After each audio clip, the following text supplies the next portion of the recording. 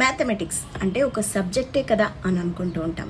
కానీ మనిషి జీవితంలో చేసే ప్రతి పనికి ఒక క్యాలిక్యులేషన్ ఉంటుంది. అలాంటి క్యాలిక్యులేషన్స్ గురించి ఈ సినిమాలో చక్కగా చూపించారు. టైటిల్ వచ్చేసి 35. రీసెంట్గా ఓటీటీలో స్ట్రీమింగ్ అయింది. ఈ సినిమా స్టోరీ విషయానికి వస్తే ఇద్దరు వైఫ్ అండ్ హస్బెండ్, వాళ్ళకి ఇద్దరు పిల్లలు, వాళ్ళ కెరియర్, వాళ్ళ స్టడీస్, వాళ్ళ సిచ్యువేషన్స్ అన్నీ ఈ సినిమాలో చక్కగా చూపించారు.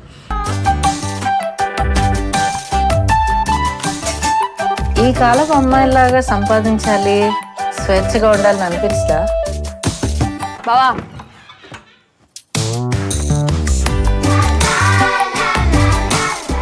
కలిసిన చదువులు భుజాలకి ఎక్కుతున్నాయి. బ్యాగ్ మూసేదానికి మాట్లేదు.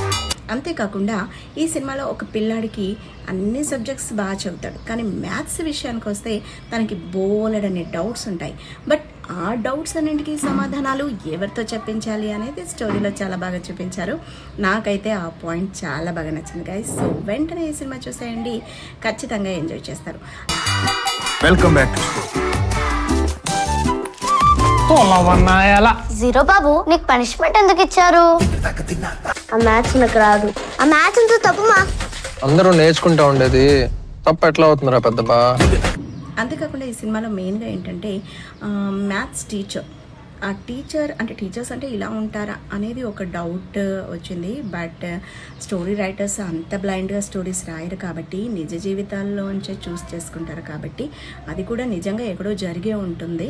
సో కాకపోతే అలా టీచర్స్ ట్రీట్ చేస్తే మాత్రం స్టూడెంట్స్, ఇప్పుడున్న స్టూడెంట్స్ మాత్రం ఎవరు అంటే సెట్ అవ్వరు, ఇంకా మొండిగా బిహేవ్ చేస్తారు అనేది నా ఉద్దేశం. మ్యాథమెటిక్స్ తెలివైన వాళ్ళని, తలక మాసిన వాళ్ళని సపరేట్ చేసే ఒక మెకానిజం. జీరో అంటేనే ఏమీ లేదు, దానికన్నా తక్కువ -1 -2 ఎట్లా వస్తాయి సార్? మొట్టికాయలు వేస్తేనే మోటివేషన్ వస్తుందా? No back benchers. Got it? Guys వెంటనే ఈ సినిమా చూసేయండి, ఖచ్చితంగా ఎంజాయ్ చేస్తారు. 35 చిన్న కథ కాదు. అమ్మ 10th ఫెయిల్, కొడుకు 5th ఫెయిల్. చిన్న కథ కాదు.